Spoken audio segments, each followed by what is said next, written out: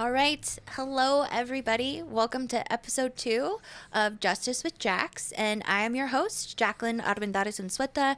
You can call me Jax. And I am so very happy to have my colleague, friend, co-plaintiff, Jon Christiansen here with us today on the show. And so take it away, Jon. Introduce yourself. Wow, very good with the pronunciation, Jax. Absolutely. Armendariz. John's practicing. Also, I just wanted to get out there first thing, fuck Modi. No.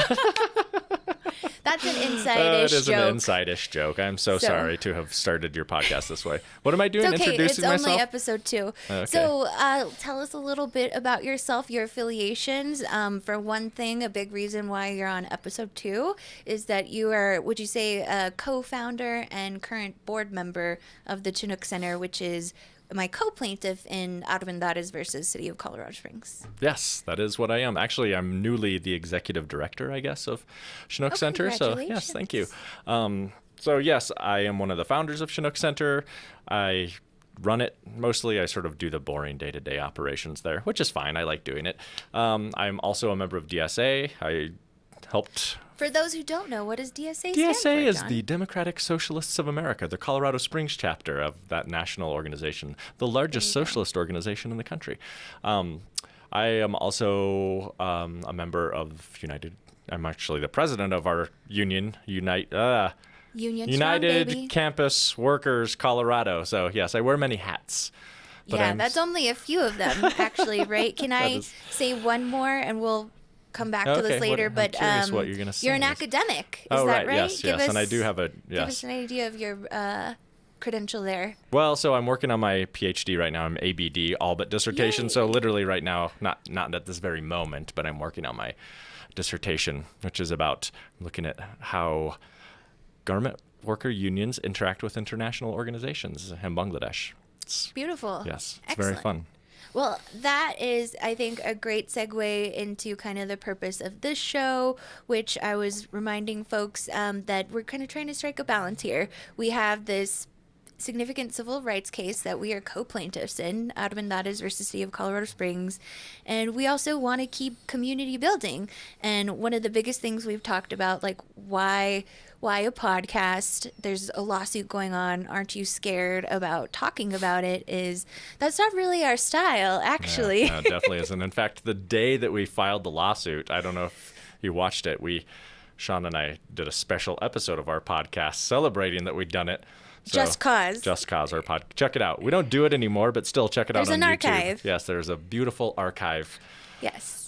So it's not our style to stay quiet, and so that's part of why the mission here is that telling the story, who could tell it better than us? It's our personal lived experience. And then, a civil rights case has hopefully a profound positive impact on our society. And that's part of what's motivating us. And the thing is with that's a long process. Like the journey has just begun because ding, ding, today's 200 days since. Yes, which I didn't even realize you have been tracking I this. am literally writing it down. Yes. Since we filed, right? Since we filed. Wow. Armendariz versus City of Colorado Springs was filed August 1, 2023, which was Colorado Day, August 1, right? So I always appreciated that. But so the idea is that we're sharing updates about the case, but also helping people kind of understand the process because it is so involved, right? Yeah. And we've been learning a lot together, actually. So I even expected this to be kind of a long, involved process after having my own encounters with the law in the past. But this has been so much more. It's a whole other dimension, they even warned isn't us. it? They were like, this could go on a few years. I'm like, okay. But Yeah. it's amazing to see all of the maneuvers, the maneuvering that, the city and the FBI and the cops use themselves. Absolutely. It's disturbing. Right. And on that note, some of what we talked about with episode 1 with our colleague Sean Walls is that so much to learn, and yet sadly there's some familiarity to it, right? And so we're going to get into that a little bit as well. But another interesting update that I wanted to share and would love to hear from you if you have thoughts too, Jon, is that we have a new judge on our case, basically, because it's in U.S. District Court, right? Because it's a civil rights case. And for me, at the time CSPD and the FBI came after me, I was a U.S. Senate staffer, right? So all of this is very interesting to me. It's something I track. And in past lives, early in my career, I was a newspaper reporter and I covered the crime beat. I covered courts. And so doing FOIA requests or other records requests is fun for me, right? I'm one of See those how it's all people. come full circle for you. We love full circle moments, don't we? Truly. And so that being said, my time, the privilege I had to serve as a federal staffer, always hearing about judge confirmations and stuff like that, that frankly, as the average person, why the hell would that matter to you, right? Like, it seems just, a lot of the governmental minutia. But for me, this lived experience we're having is like, that's why all these things matter. Yes. Because Judge Cato Cruz is a newly appointed U.S. District Court judge, and obviously their dockets are full, so a bunch of cases just were moved to his new court. And I just looked him up a little bit. It's really cool. You can find what judges have written before, their opinions on things. And turns out he's from Pueblo. So I don't know if you've done any research on your end, John, or have any thoughts about that development, because I found it an interesting one.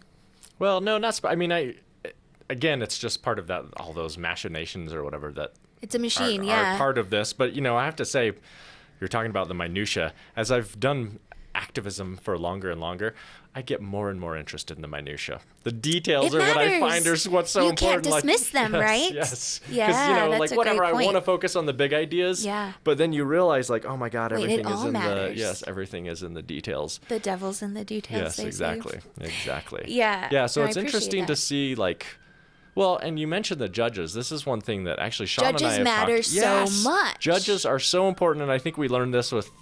Well, whatever. We should have learned this a long time ago with Republicans. Yes. Yeah. And then like Trump putting in so many judges and like seeing how that can affect our entire country. Yep. But also seeing how judges can just sign off on any old search warrant. And we saw this with like with our case. Yes. Exactly. I don't think they really read them. And we saw this with the FISA court, the federal terrorism court, right? They were just signing off on cases. And there's this idea that judges it seems like they just trust and believe whatever the cops tell them, which is that's a pervasive thing in our society, right? Exactly. And that the police are like, bad news, the cops lie. Cops are liars. That's Quite what they do. Often, actually. That's their MO, I would say, in fact.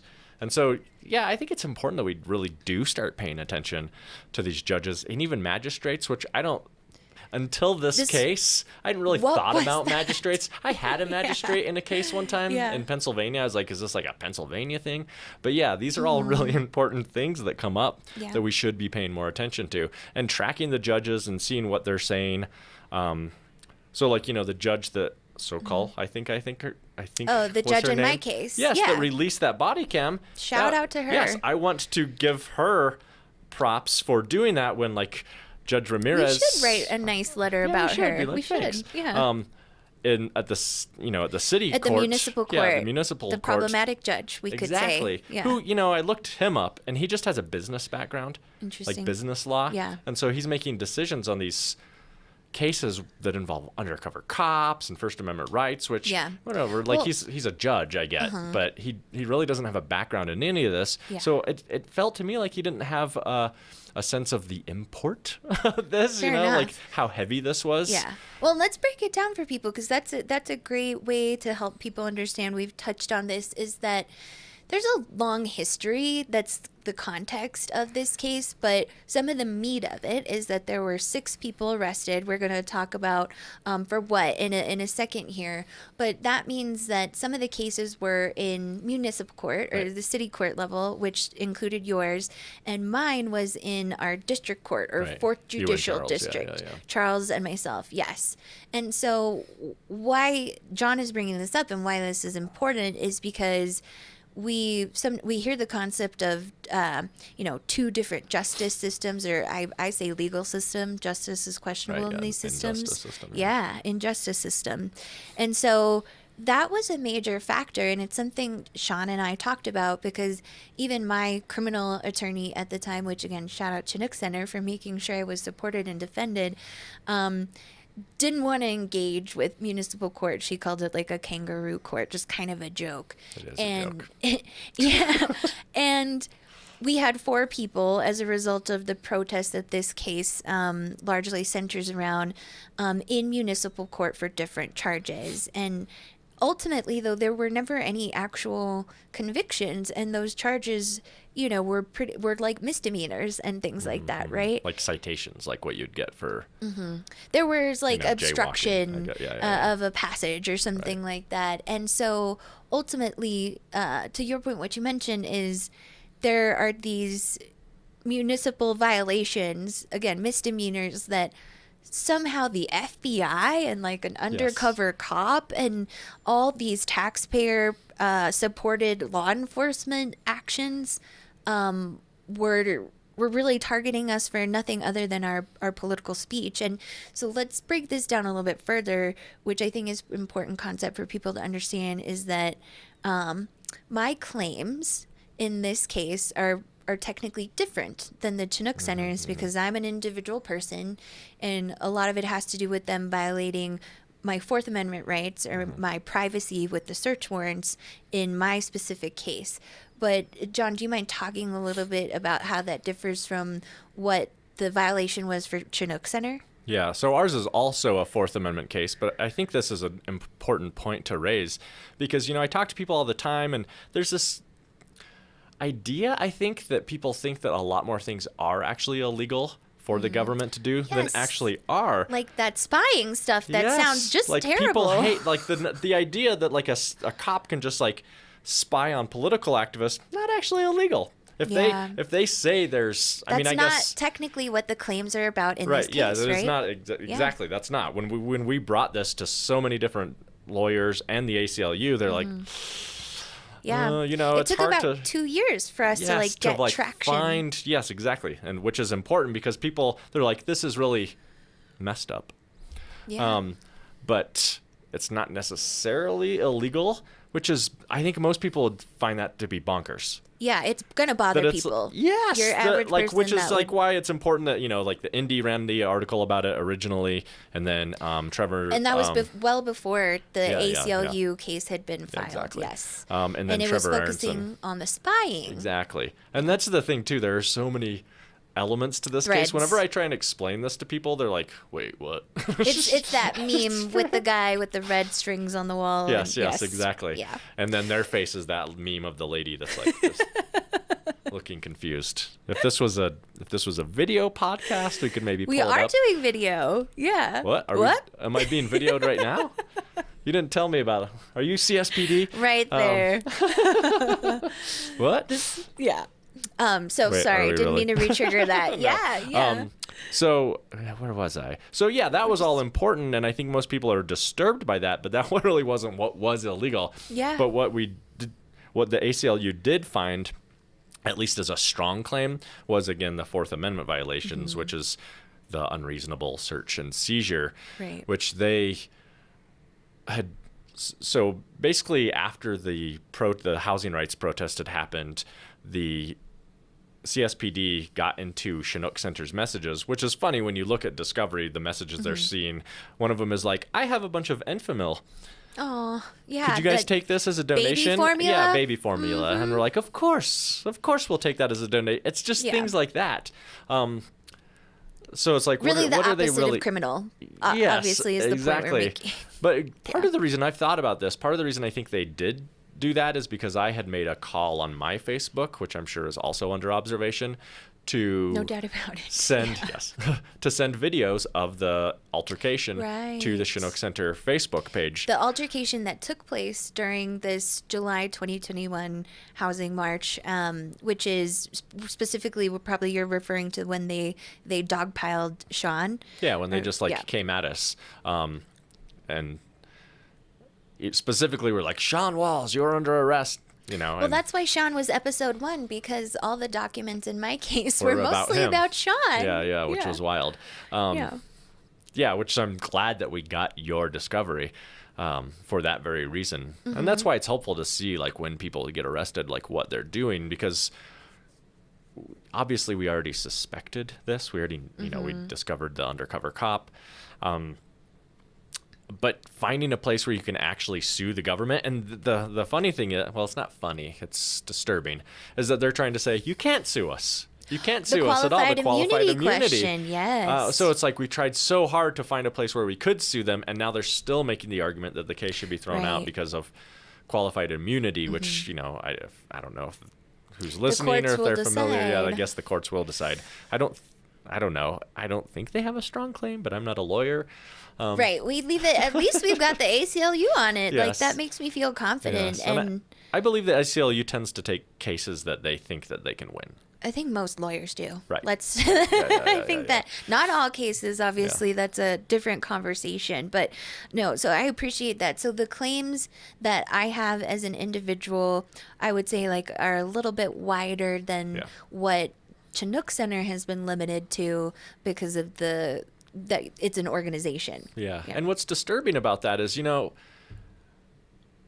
able to make these claims about, like, oh, this affected my mentality and everything like this. Mm-hmm. But Sean has been so screwed because of this. Yeah. And, like, I know that myself and Sam have all lost sleep over this. This hung over us for, it still hangs over. It's a little less of a thing now. Mm-hmm. It's a little less heavy now.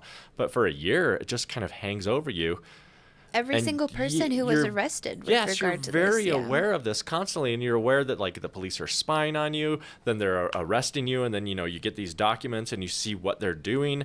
It's pretty heavy, so it is unfortunate that we as individuals couldn't also sue them for these things because, and this is sometimes what I get frustrated with when I talk to people about the legal system who clearly have no idea because they've never experienced the legal system and how limited claims can be in the legal system, because people think you can just sue for anything, right? But you have to limit your claims to specific things. Access as well, because I think it's important in our story to call out, like, it took us time to get to the point where the ACLU would pick up this case, and then thankfully, we have the privilege of that kind of representation. Yes.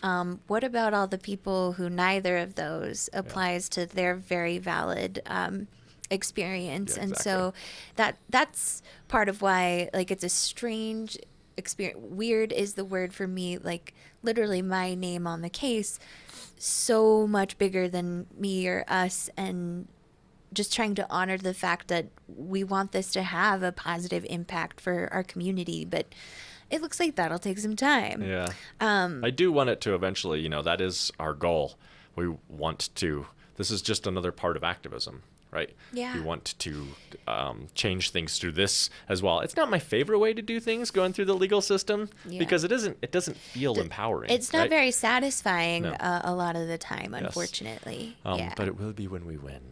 There we go, when we win. Yes, exactly. And that's the idea here. And so right now, what I had explained in the other episode too is that we actually don't have a trial date set, and we're in the phase of what's called limited discovery.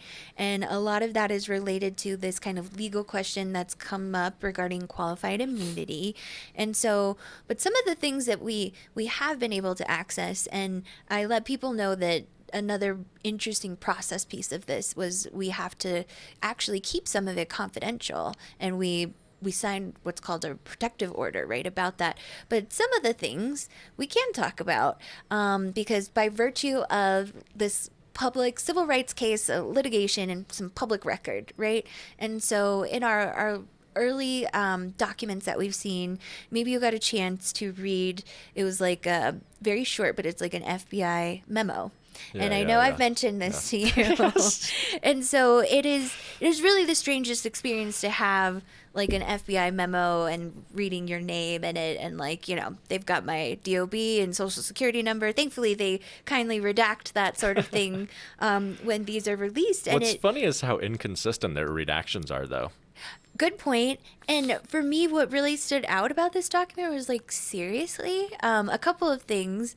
But one is that it's dated before my arrest, which occurred about 2 weeks after the protest. Oh, what's the date on it? The date is August 6th. And so it really raised a red flag for me, which, bit of an inside joke there. We'll talk about that red flags later. But was that I was actually kind of, like, were my feelings hurt a little bit? Maybe, because they referred to me as not an individual prominent within a domestic political organization. What was it called? A sim? Yeah, so what the sim is in reference to, the FBI was trying to determine whether what occurred with me, which was, a false allegation from CSPD that I had tried to hurt an officer. They were determining whether it was a sensitive investigative matter. Right, whether or not you were Trump. Yeah. Thank you. Yeah, an insurrectionist or something. But basically they said it was not a sim. Like, there wasn't significance. She's a nobody. And then they listed the other charges that happened, which were all basically, all except for, I think in the case of Nathan, they were all like the city ordinance misdemeanors, and this is like an FBI memo, right? Yeah, and so wild. I want to check in with you, like, what you thought reading that, and then this is a two-part question for you. So put your sociology professor hat on. Is how much has this spoken to you as it relates to America's history with things like COINTELPRO?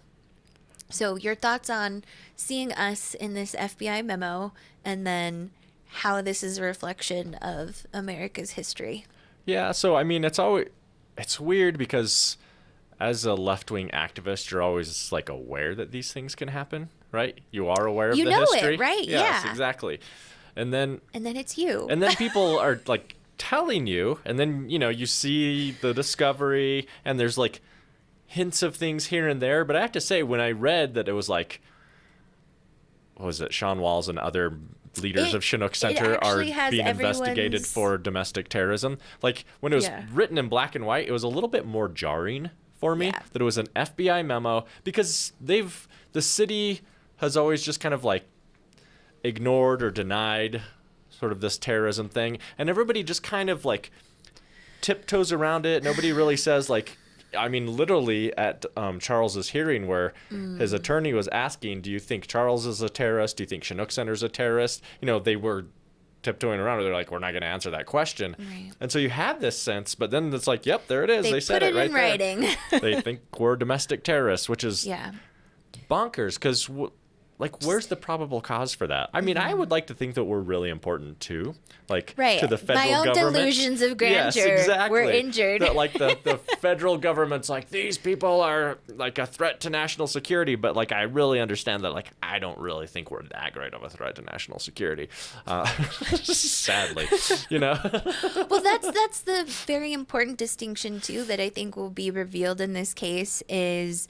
And this is where we want to talk the history stuff, and even in more modern times, how it relates to the Patriot Act, which is kind of this bullshit of, and we saw it in this case, where in the write-ups against us, we wore red, and so we were commies, right? Like willing to die for the cause. Just that's right. Like fever dreams from the MAGA side of things, right? Because Antifa is everywhere, all that ridiculousness, and yet we actually do have white supremacist domestic terrorists who had an insurrection at our Capitol. And so we're operating in, to me, it's honestly a kind of painful context, but it's also very motivating, because what our lived experience is people like Trump are trying to bastardize that and say it's the same thing. And yet we stand for completely opposite things, right? And so tell me your thoughts on all that, John. So it's frustrating to me that, I remember when Biden got into office and he kind of like sicked the FBI on people. I was like, not too comfortable with this. It never just stays there, And I was like, stop celebrating this. And eventually we did see it. We see that like the FBI is still just investigating quote unquote Antifa or whatever. And what is it? Black identity extremists and these sorts of organizations.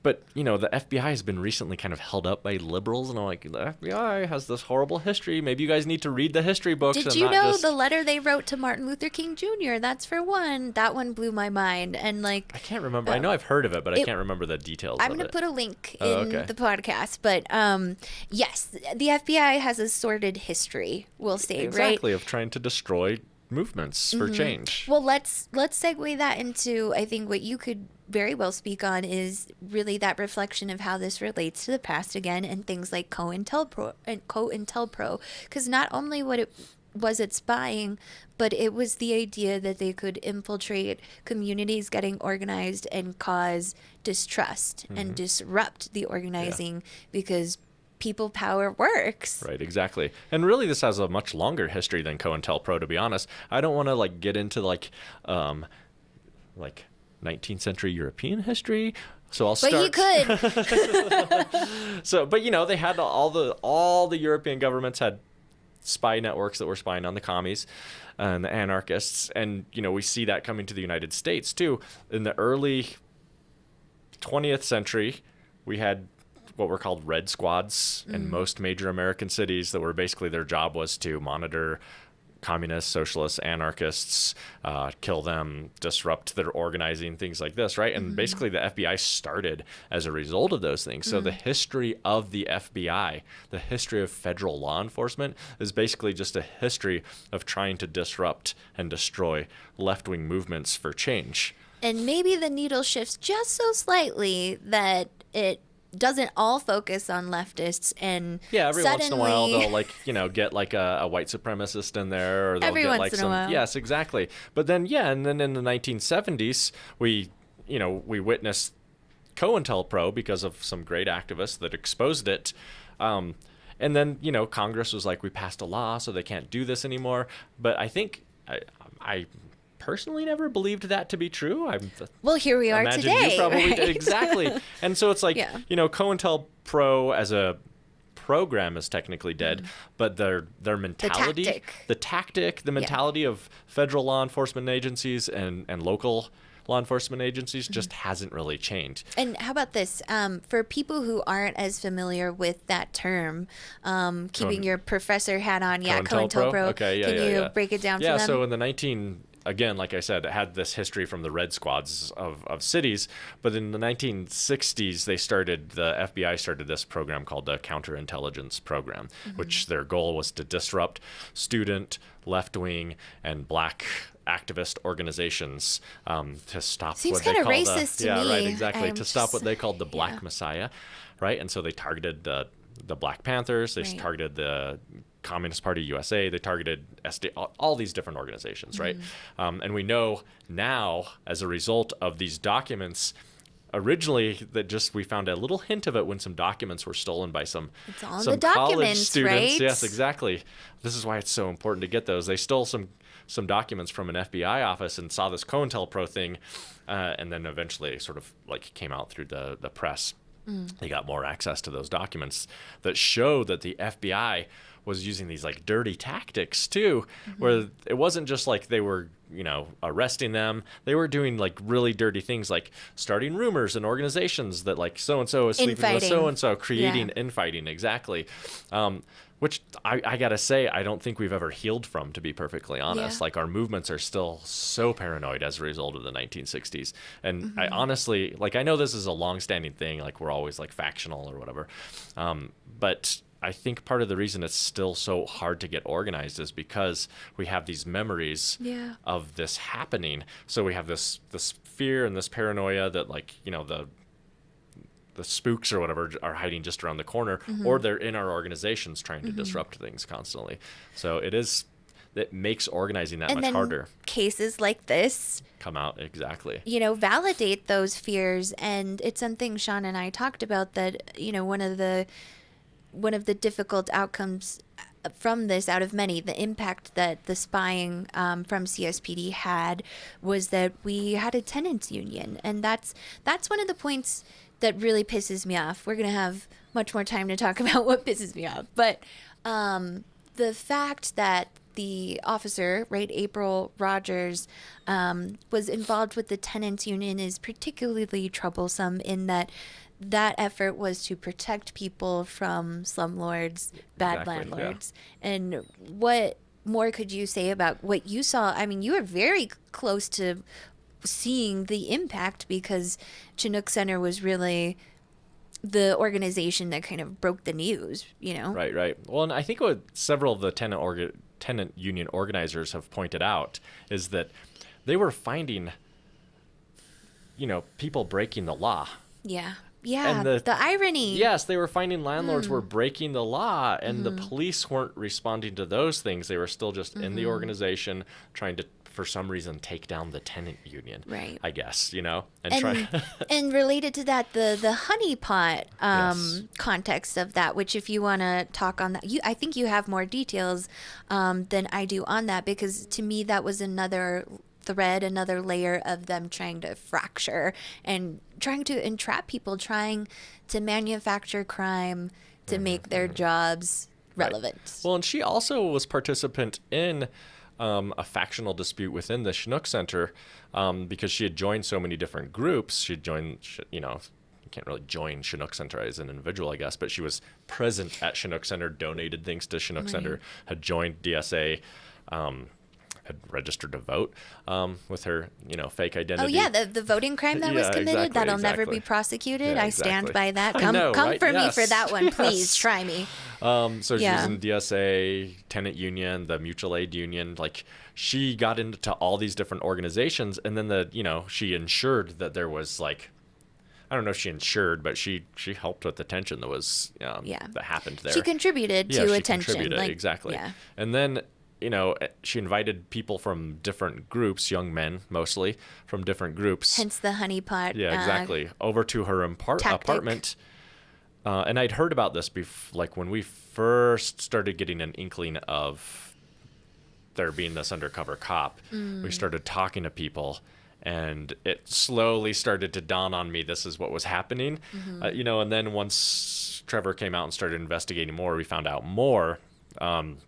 That she would invite people over to her apartment to try and get them to buy, or I guess buy usually. She was trying to entrap people with felonies for firearm crimes, right? Exactly. Yeah, and because there's feed the FBI something, right? Yes, exactly. Because the FBI is the FBI was on the case, whatever the case was, for some reason. The Joint Task Force. Yes, exactly. Yes. Which still, that new document still doesn't explain what it is that got them to open this case that could possibly still exist. And luckily, people in Colorado Springs are too smart for that. Most of the people we talked to were kudos to everyone for because you hear about these happening in other places, like Denver, for example. Yeah, but even throughout history, they get tricked. I even read an article a few years ago, maybe a couple years ago, about a woman that married an undercover cop in Britain. So they had this whole life together. Yep. So yes, there are stories like that. Yeah. So luckily we were a little smarter than that in Colorado Springs. Nobody got married to an undercover cop. Kudos. Yes, that we know of. So fun. And also, I guess, congratulations if so. You're so kind, John. Yeah. So point is, there's so many threads to this that are disturbing, right? And that's why, to me, this podcast again is so important, because for me, being the person representing and my experience and how it fundamentally changed my view on the world. I got major trust issues now. At least I'm an abolitionist out as a result. The impact is far and wide, I guess is part of what we're trying to say. And so you mentioned Trevor, who I think we mentioned last time too, which is kind of part of the timeline in that he was the reporter for The Intercept, right, which is a national digital publication, and they have notoriety for working with Edward Snowden when he did his thing. And so they're very civil liberty oriented. There you go. And so I think I'm always grateful for the fact that Trevor did his job well and really, unlike our local media, who has really just not completely done, dropped aside the ball. from Heidi Beadle, they've really not. That's been another very disturbing part of this for me, and we'll strike a balance here and we'll talk about some good community things too, but there's a lot of disturbing things about this case. And another one that occurred to me as you were kind of talking about what we experienced is finding out, again, this contrast of you are a terrorist when you don't represent what my political beliefs are, and how that is played out in Colorado Springs, because we later found out that the individual who murdered people at Club Q, the timeline of them first kind of popping on local law enforcement's radar, as well as the Fourth Judicial District Attorney's Office, is right along with our timeline of prosecution. At the same time, and exactly. How, for me, that's so painful. My friend's boyfriend was one of the murdered individuals, Raymond Green, and to later process that it was the darkest time of my life. I'd never been to jail before. Here I was accused of a second-degree felony by CSPD, really in retaliation for my political beliefs and who I am. That was an entirely unexpected layer to this, obviously, that cut me really profoundly deep, because it really felt that our DA, our law enforcement, did wrong there for obvious reasons, and they tried to jump and be like, dance around it and be like, well, that was the sheriff working that first busted the shooter, so CSPD didn't have. But then, at the time, his mom did live in the city, so the city did have some role in investigating this as well. So it's like, yes, I understand that, like, the sheriff's department, but the FBI was made aware of this person, right? And that they just kind of were like, and he was literally like telling people, this is what I'm going to do. I have all the weapons for this. And like, but nothing because came he of was it. Yes. aligned with white supremacist domestic terrorists, he did not face the same scrutiny that we did. He wasn't prosecuted at all. And I know the DA has danced around the facts of that matter as far as I'm concerned as well. But, what are your thoughts on kind of the layers of impact, and that being another one that we could never have possibly expected? Yeah, I mean, I agree that it's just like the juxtaposition of those two things, like in time too, is just, it's just wild to think about, that this guy was telling the world that, like, I'm gonna like be a mass shooter, and the FBI is like, let's go get these guys who do a food pantry and it really instead. goes back to too, when you read Sumi or Sumi, I like Sumi personally. When that's you read, that's the detective who wrote like the warrants against myself and other prosecution, or I guess documents used in prosecution. Yes, and he's popped up in a lot of different sort of investigative documents as part of the Joint Terrorism Task Force. And he was deputized. Yes. And what you really get is like, these are his views. Like, nobody's really vetting him. A lot of those documents that we got were like talking to his supervisor. The supervisor's just assuming that this guy knows what he's talking about, and this isn't so clearly being seen through his own political lens. But it which clearly is so glaringly obvious. And I remember, it meant the world that I was able to go to Chinook Center during this incredibly difficult time, and that was part of our strength, that we worked together immediately. We didn't let them fracture us, right? Totally. And I just remember reading like the arrest warrant for me and us like laughing because it was just so fucked up. Yeah, it was just ridiculous. And there's like 3 phrases that I feel like really triggered them. And to me, this is like white fragility on steroids. And this is how damaging it can be when you're a bully with a badge, right? But they were mad at us because we believe Black Lives Matter, because housing is a human right, and particularly in my case, saying that white supremacy is domestic terrorism, because it hurt to read, in theory, this person lives in my community too, like we're neighbors, right? And it hurt to read that this person was accusing me as a second-degree felony because when I dropped my bike, that must have meant I was trying to hurt this white man, because I know that white supremacy is domestic terrorism.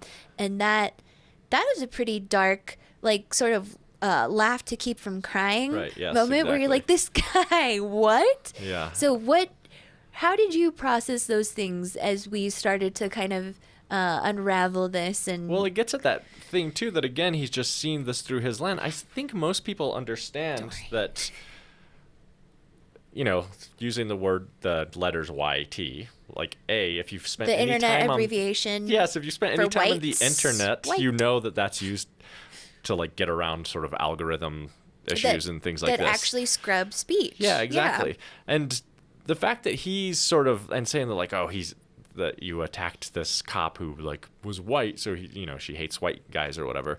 He wrote that like deliberate that I hate white men exactly. because I say. But again, it's that lens. Most people understand that it's like that's not what. When people criticize white supremacy and it gets at that like sort of white fragility thing, like Sumi was like, how dare you? Like he really took that personally, and he just sounded like so many like other like MAGA types too with that like really take this like intensely personally. Like we can imagine why they take it so personally, probably because they're like racists.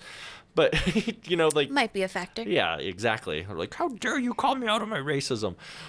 But most people don't see that and react that way. But he's, like, clearly an intensely political dude. And he took it to a whole nother level because as a result of that, he essentially manufactured crimes. And in my case, and Charles in district court, like, the Fourth Judicial is complicit in that because then they chose to prosecute us. Yeah, and you see, too, that, like, because we obviously know that they were targeting us for a long time, and this is what's so funny is that they like finally got us on jaywalking, you know? And I get and resisting arrest, I guess, but like they were trying so hard, and you get this when you put all these documents together, they were trying so hard to get us on something. And so when they saw an opportunity for this bike dropping to be categorized as a crime, they're like, this is it, we got it, we finally got a big one, we can get an attempted assault on a police officer, right? So that's like you sort of got wrapped into it this way because they needed something so badly to justify all of these resources that they were spending for so long. So they're like, we got this. And I don't think it helped my case with them kind of targeting us and me, in being that I worked for the senior senator of Colorado at the time. I think, again, it kind of fed their fever dreams of like Antifa's everywhere. And I very distinctly felt a sensation of like this overkill. You see this FBI memo where she's like, she's a nobody. And then they came for me, abducted me from my home, took all my electronic devices, left me in a blackout mode. So if I'm a nobody, why are you spending all these resources doing that other than what, to retaliate against me? Well, that's why they can do it to you, because you're a nobody. If you were somebody like a big political person, they might actually face bigger repercussions. For the future, John. Right? Yes. Yes. But that's what they want. I mean, they want to operate in secrecy, too. And I think it was, to me, I profoundly felt it was a message of, we're going to teach you. Yeah, that's exactly what it was. Yes, exactly. And that's part of why I'm so grateful to have the ACLU representing us. They're so thoughtful and responsive. And that's another piece that's coming out in this case, the truth of, like, this was retaliation, and there's a pattern in practice. That's something I'm also really proud of with this case, is that with it, we've been able to kind of bring forth these other stories where maybe they didn't have like a civil rights claim, but it wasn't okay what happened. Yeah, I completely agree. That's what I wanted to get at, was like, we know, you know, and this is what Charles's attorney was trying to do too, which I really appreciate, because she was Charlie Day in the picture, you know, with all the red strings. But not all of the facts were quite there. And you could see that she was getting so frustrated that she, like, I remember in court, she's like, there's a conspiracy here, and I'm trying to show it, but they're doing everything they can to block access to information that would prove it, obviously. Right? And so this, being able to get the ACLU case to start moving forward, we do start to get more pins and more threads connecting things more so, which is exactly what I wanted to do, because we know, like, if you live in this community and you do any degree of left-wing activism, you obviously know that there's a pattern and practice that CSPD is following of targeting and harassing either you've left-wing experienced activists. it or someone you care about has experienced it. And you just kind of, I don't know, there's like a vibe or a sense or whatever that you get it. You're like, right, of course, there's an undercover cop, you know. Well, I after I was arrested, I ran into like a friend of a friend, and I told them what happened to me. I had never met them before, and they described something similar happening to them, and I was like, no. But also, flash forward, at least again, we have this moment where we can like press accountability for that, you know, pattern and practice. And so That being said, we're getting here closer to the hour mark, and I want to give time to add that balance that we talked about, is with the good stuff. There's actually good things happening in our community, and like we touched on in this case, I think kudos to us, we kept growing together and moving forward together. So what's good right now with Chinook Center and any other efforts going on that you've been working on? Right, I do say kudos to us as well. Yes. Very good. Yeah, what's funny is I remember right afterwards in DSA and in Chinook Center, I know we were all like very paranoid. How could yes, all of every us, single new person that walks through the door. Safety. Yes, exactly.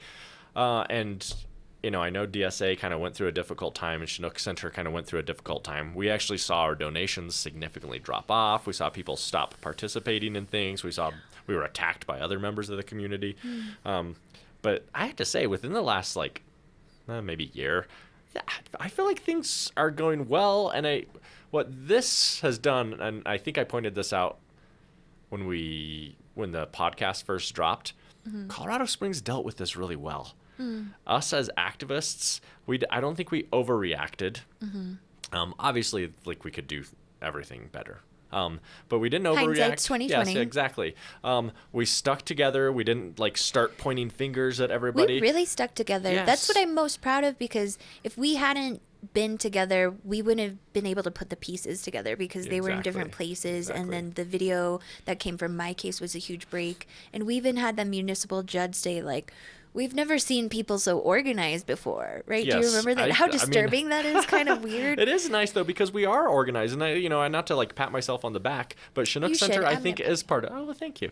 Chinook Center is part of that, and that was sort of the dream of Chinook Center, is to have this community of solidarity where we could work on things together. We're not all doing the exact same thing, right? But we at least are sort of sharing information. Communicating, collaborating. Yes. And we're like a community. A community isn't people that share all the exact same things, right? But you sort of share enough similarities that you can come together. So I just think it's been great. We just recently opened as a warming shelter, and while it was difficult, we did a really good job with it. We had a lot of volunteers come together to do that. Yeah. We've gotten so many donations lately, because I think people, even the city who clearly hates us, I think one thing that even our enemies see is they stick to shit. They stick to their guns. They're very consistent. They're not going away. And Sam and Sean and I always joke about this too, that all we wanted to from the Chinook Center was when the city was going to do something, they wanted to consider, well, how's Chinook Center going to respond to this, react to this? And in some ways, I think that's true. I think the fact that, and I don't want to say it's just Chinook Center, it's the left-wing community has become so organized. Yeah. Well, Chinook's an umbrella, really, for a lot. For all of these different groups, that the city is actually now not pushing through these crazy things. Granted, they did just push through that anti-sanctuary cities thing that was stupid. The resolution, but they felt heat yikes. for it. They felt a lot of heat for it. Over 150 emails and 40 people showed up to City Council's public comment. Exactly. And we're just so well organized now. And I feel like we're really just getting stronger and stronger day by day. DSA is getting stronger. I feel like we have so many more skilled organizers. We defeated 2A. I really didn't expect that. And for the people at home, 2A was the ballot initiative to build for the city, a new police training facility. To take some extra taxpayer money to build a new police training facility, which lost substantially, right? So, yes, and then the precincts we targeted, it lost by a greater percentage than in the precincts we didn't target. So you can, whatever, a correlation is not causation, but I do think that we had an impact. Our grassroots campaigning and the fact that so many different people came together to work on it had an impact.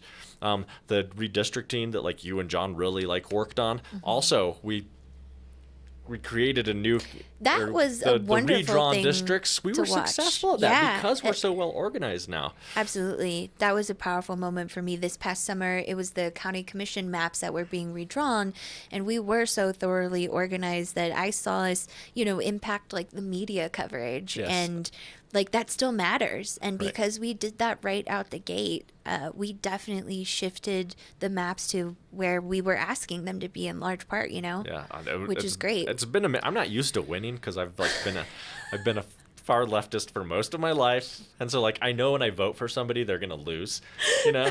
Like, screw but like well, lately, we're flipping I the feel script like, now, homie. yeah, I know okay? exactly, and it's Colorado it's a Springs. New era. It is a new era, so I really feel like Colorado Springs itself is starting to change as a result of like our effective organizing in the city and all these, and even like we've been organizing, not me personally, but like CSPC has been doing a lot of organizing around Palestine and getting a lot of new faces out in that. That's the Colorado Springs People's Coalition. Yeah, exactly. Yeah. And DSA has been organizing around it as well. So we just see the number of organizers has increased, and the skills that they all have has increased as well. And I think people now are feeling more confident. They're like, you know what? Even if the cops do target us, what are they going to do? Like, so what? We know how to fight them now. We can fight them in the streets. We can fight them legally. We can fight them at City Hall. You know, we understand that we can use all of these for legal purposes, not actual assault. Fighting, yes. But like, I have to say that. Yes, challenging them in all of these different ways. Exactly. Yeah, well said. And I think what I would add there is like, so that means that like we can't stop now. And if anything, I'm feeling incredibly motivated, and you know, our strength is in numbers. And so people can check out Chinook Center on the website, which is chinookcenter.org. Or follow us on our socials. Boom. Facebook and Instagram. I think it's just Chinook Center. Just search for that. We're not the mall in Calgary, just to let you know. Sometimes people mistake us for the Chinook Center Mall in Calgary, Canada, but sometimes we get tagged for that. Chinook Center, Colorado Springs. Yes, exactly. Yes. Excellent. All right. Thanks, Jon. I think now we can kind of wrap up episode 2. So I'm going to close this out. So thanks again, everyone, for joining Justice with Jax.